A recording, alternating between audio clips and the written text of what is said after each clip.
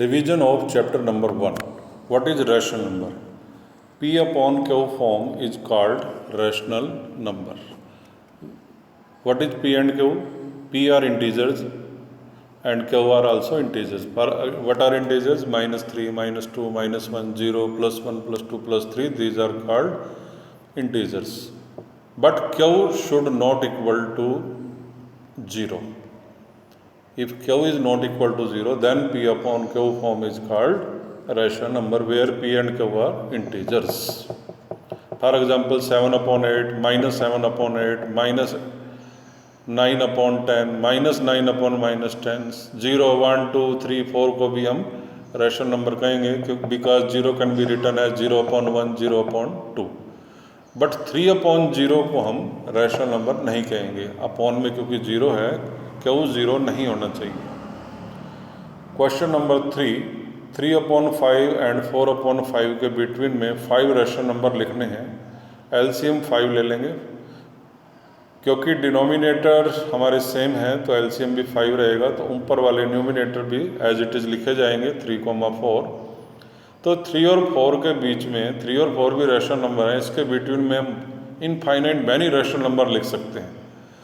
3.1 upon 5, 3.2 upon 5, 3.3 upon 5, 3.4 upon 5, 3.5 upon 5. और भी लिखने हो तो और भी लिख सकते हैं. 3.01 upon 5, 3.001 upon 5, 3.002 upon 5, 3.00001 upon 5.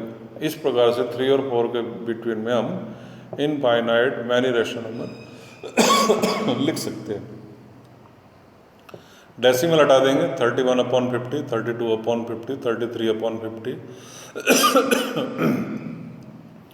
34 upon 50, 35 upon 50.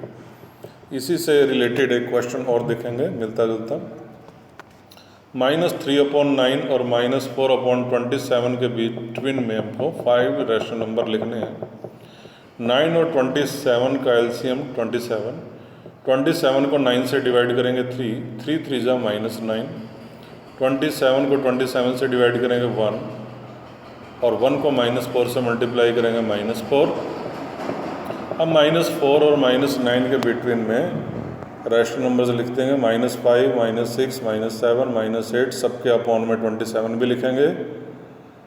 ये हो गए 4 रेशनल नंबर. अब फिफ्थ कैसे लिखेंगे? -5 के बाद क्या आता है? -5.1 upon 27, -5.2 upon 27, -5.3 upon 27. ऐसे ही -6.1 upon 27 भी लिख सकते हैं, -6.01 upon 27 भी लिख सकते हैं, -6.001 upon 27 भी. इस प्रकार से बहुत सारे इनफाइनाइट रेशनल नंबर्स हम लिख सकते हैं.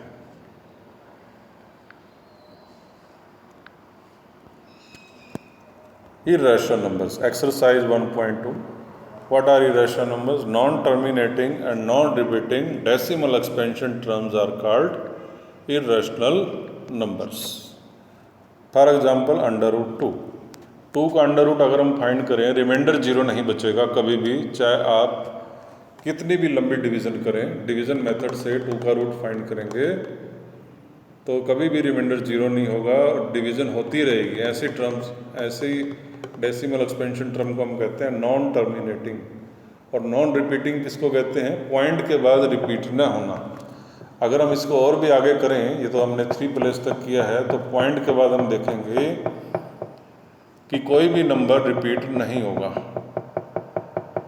रिपीटिशन कैसे होता है? जैसे 1.414, 14141414 ... इसको कहते हैं रिपीटिशन.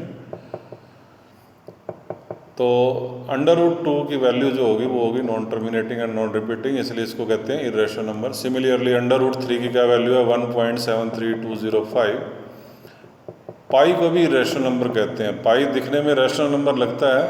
पाई की value 22/7 P upon Q form. तो इस हिसाब से तो हम इसको पाई को रेशनल नंबर कहना चाहिए. लेकिन पाई को इरेशनल क्यों कहते हैं? बिकॉज पाई की जो एक्चुअल वैल्यू होती है वो 22/7 नहीं होती, वो उसकी अप्रोक्सीमेट वैल्यू है. पाई की एक्चुअल वैल्यू होती है, कैसे मिलती है? सर्कमफ्रेंस को जब हम डायमीटर से डिवाइड करते हैं तो एक्चुअल वैल्यू आएगी 3.14159। पॉइंट के बाद कहीं रिपीटिशन नहीं होगा, आगे और भी कर सकते हैं हम इसको। तो इसलिए पाई की वैल्यू क्योंकि नॉन टर्मिनेटिंग और नॉन रिपीटिंग है, इसलिए इसको कहते हैं इर्रेशनल नंबर। ऐसे ही 3 + √2 भी एक इर्रेशनल नंबर है। क्यों है? बिकॉज 3 तो वैसे रेशनल है और √2 इर्रेशनल है, but sum of rational and irrational is also irrational. Similarly 6 + 7√5 is also a irrational number. Example 5 of exercise 1.2, represent √2 on number line. √2 को हम लिखेंगे √1 + 1, √1² + 1² भी लिख सकते हैं इसको। √1² + 1² क्या है? ये √b² + b²। ये किसका फार्मूला होता है? हाइपोटेन्यूज का, यानी कि हाइपोटेन्यूज होगा √2। तो हम नंबर लाइन पर इक्वल डिस्टेंस पर 0, 1, 2 लिख लेंगे। 1 पर क्योंकि बेस हमको 1 लेना है, तो 0 से 1 तक ये बेस हो गया। तो 1 पर हम मान लेते हैं पॉइंट C है, और इस C पॉइंट से हमने परपेंडिकुलर ड्रॉ किया, और परपेंडिकुलर हम 1 देख रहे हैं। 0 से 1 तक कंपास खोल लेंगे और C पर रखेंगे और एक आर्क लगाएंगे 1 यूनिट की। रेडियस 1 यूनिट होना चाहिए। OC को मिला देंगे। OC एक रेडियस है, सॉरी, OC एक हाइपोटेन्यूज है। हाइपोटेन्यूज पर हम √2 लिख देंगे। अब हम रेडियस OA ले लेंगे और O पर कंपास रखकर एक आर्क लगाएंगे जो नंबर लाइन को B पर इंटरसेक्ट करेगा। तो B represents √2 on number line. Similarly हम √3 को भी नंबर लाइन पे शो कर सकते हैं। तो पहले तो हम √2 बनाएंगे जैसे अभी अभी हमने किया था। नमस्ते। पहले हम √2 बनाएंगे 1 पर 90 का एंगल, और 1 पर कंपास रखकर वहाँ से 1 यूनिट की आर्क लगाएंगे। A पॉइंट मिलेगा, OA को ज्वाइन कर देंगे, OA आ जाएगा √2, जैसा कि हमने पिछले क्वेश्चन में किया। अब ये जो OA लाइन सेगमेंट है, A के ऊपर 90 का एंगल बनाएंगे और वहाँ से 1 यूनिट ड्रॉ करेंगे। 0 से 1 तक माप लेंगे हम with the help of compass. 1 unit, और ये उससे हमको B पॉइंट मिलेगा। A से आर्क लगाएंगे जिससे हमको ये B पॉइंट मिलेगा। A से B के बीच में लिख देंगे 1 यूनिट, और OB को मिला देंगे। OB हो जाएगा हाइपोटेन्यूज √3। अब हम O पर कंपास रखेंगे और OB रेडियस लेते हुए एक आर्क ड्रॉ करेंगे जो नंबर लाइन को P पर इंटरसेक्ट करेगी। Point P represents √3 on number line. Question number 3 of exercise 1.3। अब हम क्वेश्चन पे आते हैं। √5 को नंबर लाइन पे शो करना है। √5 का मतलब 4 + 1। 4 + 1 की जगह लिख सकते हैं 2² + 1², यानी कि base square plus perpendicular square. तो हाइपोटेन्यूज हो जाएगा √5। ये हाइपोटेन्यूज है √5। तो हम नंबर लाइन पर 0, 1, 2, 3, 4 इक्वल डिस्टेंस पर ले लेंगे। बेस 2 ले लिया। 2 पर हम कोई पॉइंट लिख लेंगे। A पॉइंट हमने लिखा इस पर। A पर हम 1 यूनिट ड्रॉ करेंगे, और इससे हमको B पॉइंट मिलेगा।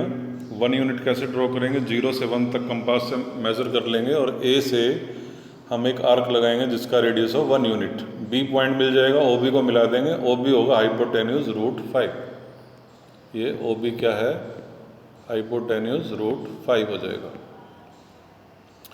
अब हम O पर कंपास रखेंगे और B तक खोल लेंगे, यानी कि OB रेडियस लेकर O से कंपास रखकर एक आर्क लगाएंगे जो नंबर लाइन को P पर इंटरसेक्ट करेगा, और लास्ट में आंसर लिख देंगे P represents √5 on number line. Thank you.